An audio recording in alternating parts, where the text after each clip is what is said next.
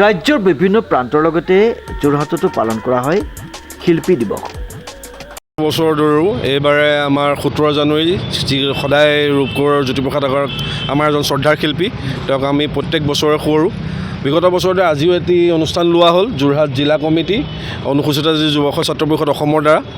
ইয়াত তেওঁৰ ৰূপকোঁৱৰৰ যিখিনি অৱদান অসমীয়া সংস্কৃতিৰ প্ৰতি, নাট্যকাৰ, গীতিকাৰ, শিল্পীকাৰ, স্বাধীনতা সংগ্ৰামীও, তেখেতৰ অৱদান আমি কৈ শেষ কৰিব নোৱাৰোঁ।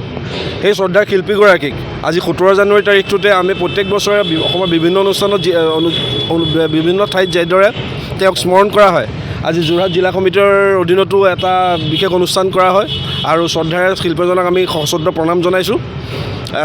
ইয়াৰ দ্বাৰা মই অসম চৰকাৰ আৰু অসমৰ সাংস্কৃতিক বিভাগক এইটোৱে জনাব বিচাৰোঁ যে শ্ৰদ্ধাৰ শিল্পীগৰাকীৰ যিখিনি অৱদান, সেই অৱদানখিনি আজিও তেওঁৰ অৱদানখিনিক মানে আপোনাৰ অৱহেলিত হিচাপত আছে, স্বীকৃতি পোৱা নাইকিয়া।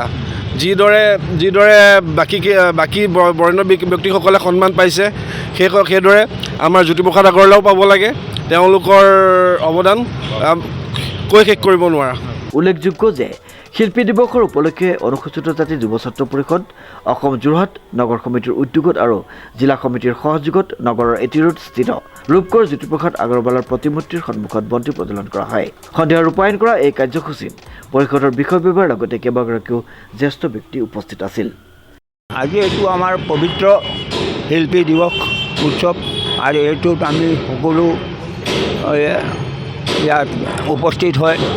আমাৰ মাৰৱাৰী সন্মিলন, মাৰৱাৰী যুৱ মঞ্চ, প্ৰগতি শাখা, আমাৰ অসম যুৱ পৰিষদ, জিলা পৰিষদ সকলো আমি সন্মিলিত হয়। ইয়াত আমি পুষ্পমালা অৰ্পণ কৰিছোঁ আৰু দীপ প্ৰজ্বলন কৰিছোঁ, লগতে শ্ৰদ্ধাঞ্জলি অৰ্পণ কৰিছোঁ আৰু সকলোকে মোৰ শুভকামনা কৰিছোঁ।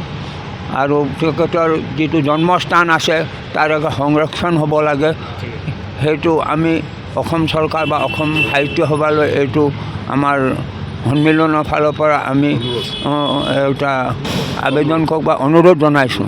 প্ৰশান্ত গায়নৰ ৰিপৰ্ট, নিউজ নাও।